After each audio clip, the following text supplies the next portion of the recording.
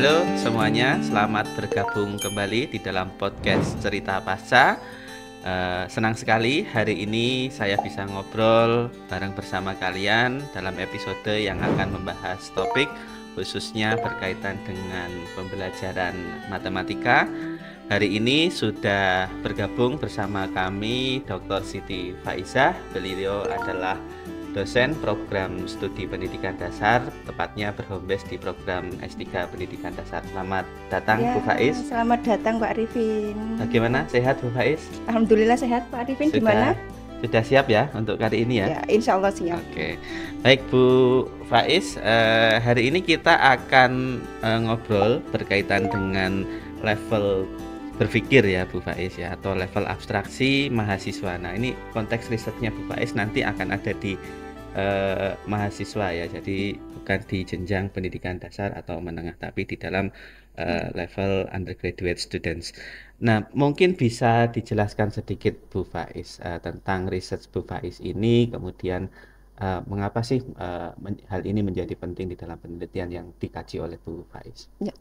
Terima kasih Pak Arifin ya. Sebenarnya penelitian saya ini lanjutan dari penelitian sebelumnya, itu terkait dengan berpikir matematis ya. Jadi abstraksi itu bagian dari indikator berpikir matematis. Sebenarnya ada abstraksi, kemudian ada simbolik, ada yang lainnya juga, tapi saya mengambil yang abstraksinya saja.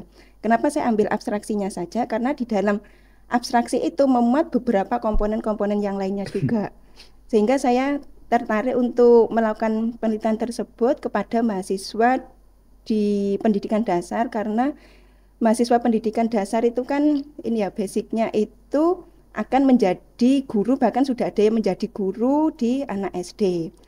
Seperti yang kita ketahui bersama, kalau di SD itu kan pembelajaran matematikanya kan lebih cenderung ke kontekstual ya, atau berbasis konkret kayak gitu lah. Jadi saya ingin melihat apakah mahasiswa pendidikan dasar itu juga memiliki kemampuan melakukan abstraksi terhadap materi-materi yang dipelajari, seperti itu. Oke, bagus. Menarik sekali ya. Terus apa yang menjadi hal atau temuan penting di dalam penelitian ini Bu Faiz ketika tadi ya, karena memang kan kalau di dalam matematika tentu kita tidak terlepas dari karakteristik dari matematika sendiri itu yang sifatnya abstrak ya, penggunaan simbol dan sebagainya. Nah dari penelitian ini apakah ada hal-hal yang ditemukan semacam misalnya bagaimana level berpikir abstraksi ini bisa berpengaruh dengan cara mengajar atau style mengajar dari mahasiswa itu ketika di kelas? Ya, jadi terkait dengan berpikir abstraksi sendiri, selama ini kan kalau kita meliti ke siswa atau ke mahasiswa itu biasanya kita hanya fokus di hasilnya ya. Ketika kita memberikan suatu permasalahan matematika, itu biasanya yang dicek oleh Bapak Ibu guru itu kan fokus di hasilnya tanpa melihat langkah-langkah penyelesaian masalah. Bisa saja siswanya itu memberikan langkah-langkah penyelesaian masalah, tetapi ketika dia ingin menentukan hasil akhirnya, dianya itu secara intuitif aja loh, hasilnya sekian. Nah ternyata setelah dicek itu kok nggak sama antara langkah-langkah yang sudah dilakukan dengan hasilnya. Seharusnya hasilnya sekian. Nah padahal di sisi lain langkah-langkahnya siswa itu benar tapi hasilnya itu salah. Apakah siswa yang seperti itu tidak melakukan proses berpikir? Berarti kan siswanya melakukan proses berpikir, hanya saja jawabannya yang kurang tepat.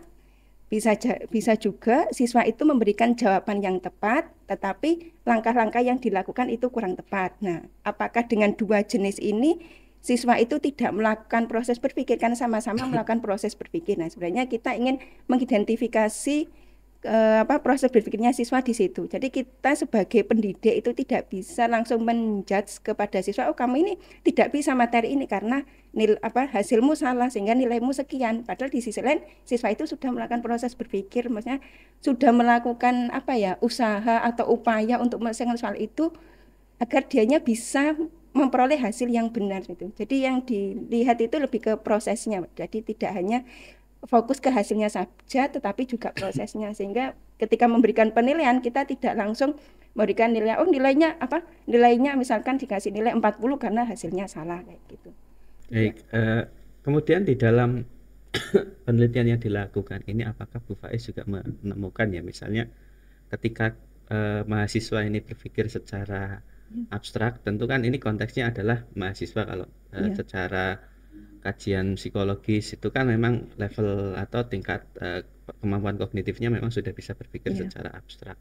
Nah, apakah juga dalam penelitian ini dikaitkan dengan bagaimana nanti mahasiswa ini akan menghubungkan ketika dia mengajar di jenjang misalnya pendidikan dasar, di mana siswa SD itu kan level Iya, berpikirnya konkret ya. iya, Artinya ketika ingin mengarahkan mahasiswa untuk atau siswanya iya. itu nanti untuk berpikir secara Abstrak. abstrak, tentu harus dijembatani dulu Iya, dengan betul. cara yang konkret. Nah, itu apa yang digali di dalam penelitiannya Bu Iya Faiz Pak, ini? sebenarnya kemarin kan saya itu melakukan penelitian di materi eksponen ya. Materi eksponen itu atau bilangan berpangkat. Jadi ketika saya mengkaji di kurikulum pendidikan dasar, itu ada materi tentang bilangan berpangkat. Itu di SMP ada, kemudian ketika saya mengkaji di kurikulumnya SD itu ternyata juga ada, tapi kalau di kurikulumnya SD itu didesain dalam bentuk masalah kontekstual. Jadi bilangan berpangkat, tetapi masalahnya itu secara konkret kayak gitu. Jadi ketika saya melakukan penelitian itu, saya berikan permasalahan kepada mahasiswa itu, saya mengikuti dari mahasiswa karena mahasiswa sudah terbiasa berpikir konkret ya Pak, karena mahasiswa pendidikan dasar. Jadi awalnya saya memang memberikan semacam pengantar, materi bilangan berpangkat kalau dalam dunia konkret itu seperti ini. Nah, bagaimana kalau dibawa dalam dunia yang secara abstrak? Soalnya nanti kan ketika masuk ke dalam suatu rumus itu kan tidak bisa kita pakai apa dalam bentuk angka, misalkan 2 pangkat 2 ditambah dengan 2 pangkat 2 kayak gitu kan, tidak hanya terbatas pada bilangan 2 saja. Nah, bisa saja bilang itu 1000 pangkat 2 ditambah dengan 1000 pangkat 2. Nah, gimana caranya biar tidak terbatas pada bilangan 2 dan 1000 saja? Makanya di situ kita perlu berpikir secara abstrak sehingga kita bisa mengubah bilangan 2 dan bilangan 1000 itu menjadi simbol A, kemudian pangkatnya disimbolkan sebagai N kayak gitu. Jadi biar cakupannya itu lebih luas seperti itu, Pak. Jadi memberikan pengantar dulu kepada mahasiswa dari yang konkret ke yang abstrak seperti itu. Oke, dari tadi kita ngobrolnya akademik terus Iya, ya, ada konteks teknis dan sebagainya. Tapi di luar dari apa yang tadi berkaitan dengan teori dan sebagainya, dalam pelaksanaan penelitian ini ada kendala-kendala tertentu, Bu Faiz? ya kalau kendala sih sebenarnya nggak terlalu ini ya Pak, tidak terlalu banyak kendala karena saya melakukan penelitian ini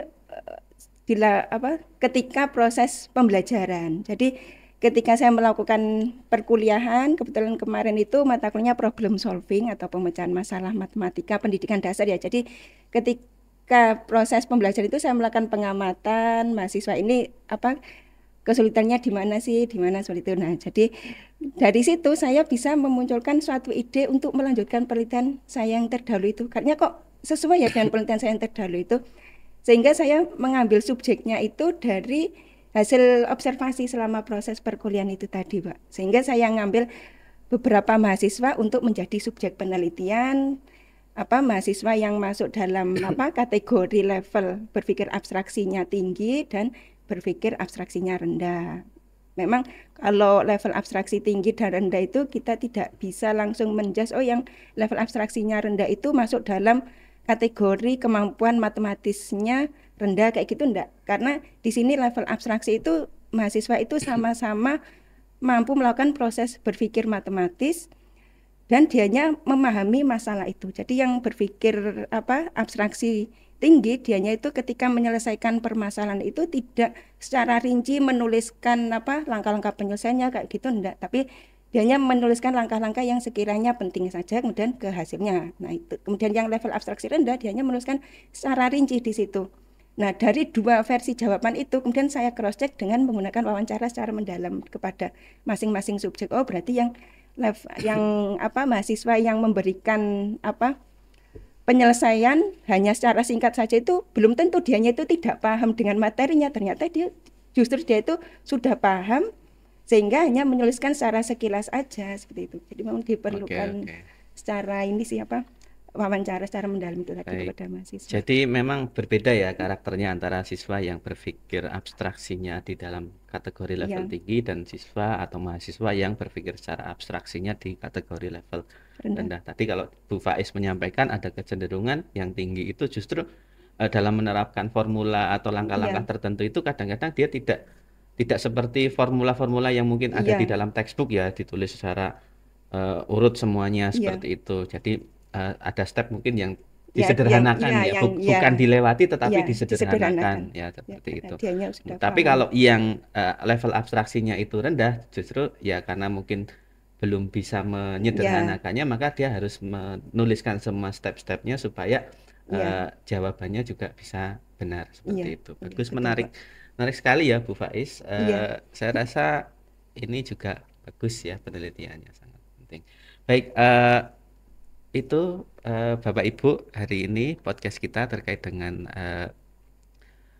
penelitian dari Dr. Siti Faizah. Mungkin sebelum kami tutup, Bu Faiz, ada rekomendasi tertentu yang bisa disampaikan? Ya, untuk rekomendasi tertentu sih terkait ini apa saran penelitian lanjutan. Jadi memang dalam proses pembelajaran matematika itu kita tidak bisa langsung menjudge siswa ini tidak bisa atau tidak mampu menyelesaikan soal yang jenis ini. Jadi kita tidak bisa langsung menjudge seperti itu, tapi kita perlu mengetahui apa kendala dari siswa ini, sehingga ketika siswa mengalami permasalahan atau mengalami kendala, seorang pendidik itu bisa memberikan semacam scaffolding seperti itu. Nah, misalkan siswanya itu tidak berani bertanya langsung kepada gurunya, siswanya bisa tanya ke temannya yang lebih paham seperti itu.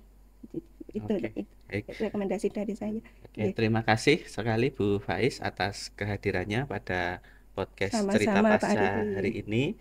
Semoga penelitiannya makin banyak dan makin terkenal ya untuk penelitiannya ya, publikasinya makin bagus seperti itu. Baik Bapak Ibu, demikianlah tadi podcast Cerita Pasca hari ini. Mudah-mudahan apa yang kita diskusikan bersama hari ini bisa menjadi manfaat Bapak Ibu sekalian dan para pemirsa podcast Cerita Pasca. Demikianlah tadi diskusi kita dengan Dr. Siti Faizah. Nantikan podcast Cerita Pasca selanjutnya. Jangan lupa like, share, comment, and subscribe. Sampai jumpa di podcast Cerita Pasca berikutnya. Sampai jumpa.